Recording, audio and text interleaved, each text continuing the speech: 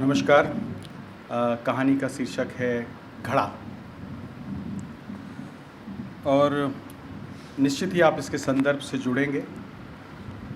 बेटी बचाओ का नारा पूरे देश में बहुत तेज़ी से गूंज रहा है, हर जगह दीवारों पर लिखा होता है, लेकिन कितना हकीकत में है हम सब देखते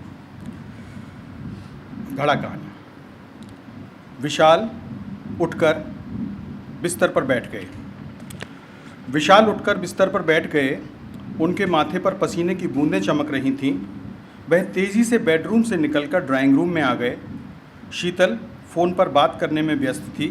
विशाल ने कमरे के कोने में रखे घड़े को उठाया और ड्राइंग रूम से निकलकर लॉन में आ गए। शीतल भी विशाल के पीछे पीछे बाहर आ गई। वह उनसे कुछ कह पाती कि तब तक विशाल ने उस बड़े राजस्थानी घड़े को, जिस पर कच्चे पर चटक रंगों के फूल, पत्तियां और बेल बूटे बने थे, जोर से जमीन पर दे मारा। विशाल हाँफ रहे थे और शीतल उनकी बांह पकड़े हतप्रभ खड़ी देख रही थी। घड़े के छोटे छोटे टुकड़े लॉन में बिखर गए थे। विशाल हाँफ रहे थे और शीतल उनकी बांह पकड़े हतप्रभ देख रही थी। घड़े के छोटे छोटे टुकड़े लॉन में बिखर गए थे। आज जब विशाल घर लौटे थे तब तो वे बहुत खुश थे और शीतल का हाल जानने के लिए बहुत उत्सुक लग रहे थे। उन्होंने घर आते ही पूछा था, क्या कहा डॉक्टर ने? कैसा है बेबी? सब नॉर्मल तो है ना? शीतल ने आश्वस्ति के भाव चेहरे पर लाते हुए कहा था, हाँ सब ठीक ही है। वज़न, ब्लड प्रेशर और आज अल्ट्रासाउंड भी करवाया। सचमुच सचमुच विशाल, कैसा विचित्र अनुभव है अपने ही भीतर पलते बच्चे की तस्वीर स्क्रीन पर देखना। उसके छोटे छोटे हाथ पैर पैर पैर तो ऐसे चल रहे थे जैसे उसे मालूम हो कि हम लोग उसे देख रहे हैं। कितना अजीब लगता है ना, अपने भीतर एक और दिल को धड़कते हुए देखना। मैं तो अपने आंसू नहीं रोक सकी। बस बहुत हुआ, अब मैं उसे देखना चाहती हूँ। विशाल की आंखें उत्सुकता और कौतूहल से भरी थीं। उन्होंने शीतल को बीच में ही रोककर पूछा था, कोई समस्या तो नहीं है ना? सब ठीक है ना? काश मैं भी तुम्हारे साथ चल पाता। एनीवे, फाइनली क्या कहा डॉक्टर ने? शीतल ने उनके कंधे पर टंगे बैग को उतारते हुए कहा, डॉक्टर ने कहा बेबी बिल्कुल ठीक है, बस थोड़ा खाने पीने का ध्यान रखना है। मौसम बदल रहा है ना, और मेरा गला भी कुछ ठीक नहीं है, इसीलिए ठंडी चीज़ें खाने और फ्रिज का पानी पीने के लिए मना किया है। शीतल ने कमरे के कोने में रखे एक नए राजस्थानी घड़े की ओर इशारा करते हुए कहा, देखो हॉस्पिटल से लौटते हुए मैं ये घड़ा भी ले आई, अब इसी का पानी पीऊँगी।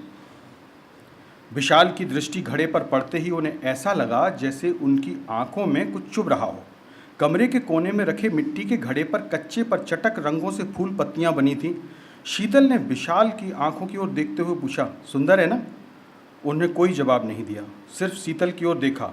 एक बार फिर घड़े को देखा और बेडरूम की ओर बढ़ गए। उनके पीछे शीतल भी बेडरूम में आ गई। शीतल ने सीधा सवाल किया, क्या हुआ तुम्हें? विशाल ने थोड़ा रुक कर उत्तर दिया, तुम भी कमाल करती हो, आजकल पानी पीने के लिए कौन घड़ा घर में रखता है, और वो भी इतना बड़ा, कुछ भी उठा लाती हो। फ्रिज का पानी नहीं पीना था तो एक छोटी सी सुराही ले आती, पर यह इतना बड़ा फूल पत्तियों वाला राजस्थानी घड़ा, हटाओ इसे वहाँ से। शीतल बिना कुछ कहे विशाल को देखती रह गई। विशाल, जो ऐसे समय में शीतल का हर तरह से ध्यान रख रहे थे। बच्चे के जन्म का उन्हें शीतल से भी अधिक बेसब्री से इंतजार था। उन्होंने खुद अपने हाथों से बेडरूम में चारों ओर गोल मटोल, गोरे काले सांवले, हंसते रोते कई बच्चों के चित्र लगाए थे।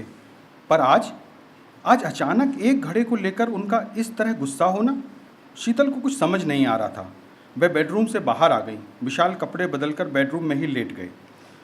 ऐसे समय में जब वह अपनी पत्नी का इतना ध्यान रख रहे थे, उन्हें भी शीतल से इस तरह बोलना अच्छा नहीं लगा था। पर वह घड़ा, जिस पर कच्चे पर चटक रंगों से फूल पत्तियां बनी थी, उनकी आंखों में अभी भी चुभ रहा था। उन्होंने आंखें बंद कर लीं, पर अब भी वह उनकी आंखों के सामने था और उन्हें बार बार एक ऐसे गहरे कुएं में खींचे लिए जा रहा था जिसकी गहराइयों में झिलमिलाते पानी पर उन्हें ऐसा ही एक राजस्थानी मिट्टी का घड़ा दिखाई देता था, जिस पर कच्चे चटक रंगों से फूल पत्तियां बने थे।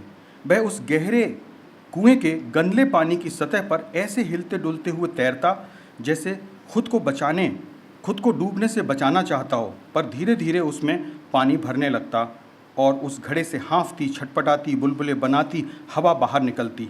घड़ा हार जाता और आखिर में डूब जाता। विशाल विशाल उस घड़े को, उस कुएं को, उस शाम को हमेशा के लिए भूल जाना चाहते थे।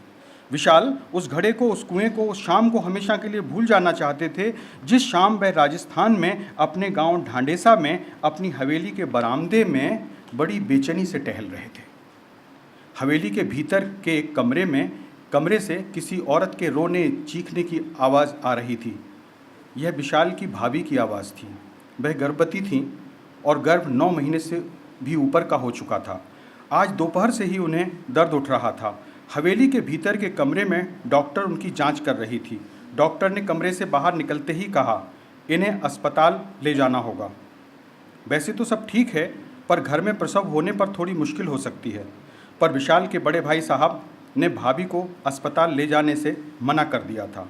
विशाल डॉक्टर को शहर छोड़ने चले गए थे, जो गांव ढांडेसा से 20-22 किलोमीटर दूर था। विशाल डॉक्टर को छोड़कर जब तक हवेली में वापस लौटे थे, सूरज डूब चुका था। पर हवेली के बरामदे की बत्तियां नहीं जल रही थीं। भीतर से भाभी की रोने की आवाज़ें आ रही थीं। हवेली के आंगन में कुछ औरतें भाई साहब के 2 खास कारिंदे और दाई, जिसे डॉक्टर के जाने के बाद जचकी के लिए बुलाया गया था, बैठे हुए थे। भाई साहब भाभी के पास कमरे में थे। आंगन के बीच में एक बड़ा राजस्थानी घड़ा रखा था, जिस पर कच्चे पर चटक रंगों से फूल पत्तियां बनी थीं। हवेली में एक भयावह सन्नाटा तैर रहा था। आज विशाल को उस घड़े पर बने वो फूल, उसकी गर्दन पर बने बेल बूटे अच्छे नहीं लग रहे थे। दाई ने उठते हुए कहा, मरी हुई बींदड़ी जनी है छोरी ने, और आगे बढ़ते हुए काला कपड़ा घड़े पर ढक दिया। भाभी के रोने की आवाज़ तेज हो गई। भाई साहब कमरे से बाहर आ गए। उन्होंने आंगन में बैठे अपने खास कारिंदों को इशारा किया। दोनों उठकर घड़े की तरफ बढ़े। तभी घड़ा कांप उठा। मिट्टी का बेजान घड़ा, बेल बूटों और फूल पत्तियों वाला घड़ा। विशाल सोच रहा था, क्या किसी और ने भी उस घड़े को कांपते हुए देखा है? घड़ा ही हिला था या धरती हिल रही थी? घड़े की ओर बढ़ते हुए दोनों आदमी ठिठक गए। घड़ा फिर हिला और लुढ़क गया। घड़े में भरा सफ़ेद घर का पिसा दरदरा नमक फर्श पर फैल गया और 2 नन्ही नमक में सनी मुट्ठियां घड़े से बाहर निकल आईं। भाभी, जो कमरे की चौखट से टिकी रो रही थीं, उनकी आंखें ऊपर चढ़ गईं। अब उनकी चीखें दहाड़ों में बदलने लगी थीं। विशाल को लगा जैसे हवेली की दीवारें उनकी दहाड़ों से थर-थर कांप रही हैं। वह घड़े से बाहर झांकती नन्ही मुट्ठियों को घड़े से बाहर खींचकर सीने से लगा लेना चाहती हैं। वह उन्हें पकड़ने के लिए बढ़ी भी, पर कमरे की चौखट को छोड़ते ही आंगन के फर्श पर मुंह के बल गिर पड़ी। उनकी मुंह से निकली चीख कई विचित्र सी ध्वनियों में टूट गई। वह यदि कुछ साफ साफ बोल पाती तो यही कहती, मार डाला मेरी बच्ची को। लेकिन उस ध्वनि को समेटकर जोड़ा नहीं जा सकता था, क्योंकि अब वह असंख्य टुकड़ों में बंटकर आंगन में तैरती हुई हवेली के बाहर पसरे अंधेरे में विलीन हो गई थी। पर उसके कुछ बारीक रेशे अब भी हवेली की दीवारों से टकराकर उन्हें झंझना रहे थे। फर्श पर फैला नमक आंगन में खड़े लोगों की आंखों में चुभ रहा था।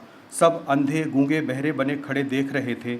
अगर कुछ बोल रहा था तो वे थीं 2 नन्ही नन्ही नमक में सनी घड़े के मुंह से बाहर झांकती मुट्ठियाँ। विशाल कांपते पैरों से अपनी आंखें मलते हुए घड़े की ओर बढ़े, पर भाई साहब ने उन्हें बीच में ही रोक दिया।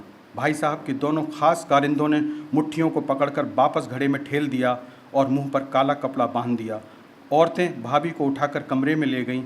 भाभी होश में थीं या नहीं, कहा नहीं जा सकता। उनके दांत भिचे हुए थे, आंखें चढ़ी हुई थीं और हाथ पांव एकदम ठंडे पड़ चुके थे। विशाल की आंखों के सामने जैसे अंधेरा छा गया था। अपनी पूरी शक्ति समेटकर वह अपने पैरों पर खड़े रह पाने की कोशिश कर रहे थे। उनके सामने जो कुछ भी घट रहा था वह किसी दुस्वप्न सा धीरे धीरे उनकी आंखों के आगे तिर रहा था। उनके कानों में अभी भी भाभी की चीखें गूंज रही थीं। उन्होंने खुद को संभालते हुए सिर को झटका और हवेली के दरवाजे की ओर लपके, जहाँ से भाई साहब और उनके 2 आदमी आंगन के बीचों बीच रखे उस घड़े को उठाकर ले गए थे।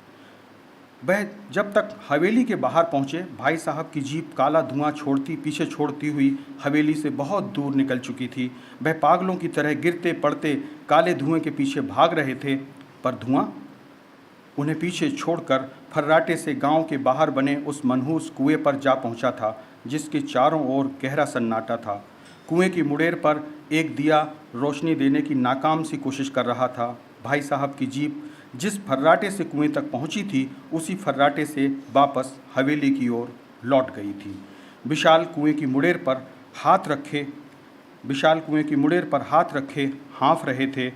दिए की रोशनी में झिलमिलाते कुएं के पानी में बुलबुले उठ रहे थे। घड़ा डूब चुका था। धन्यवाद।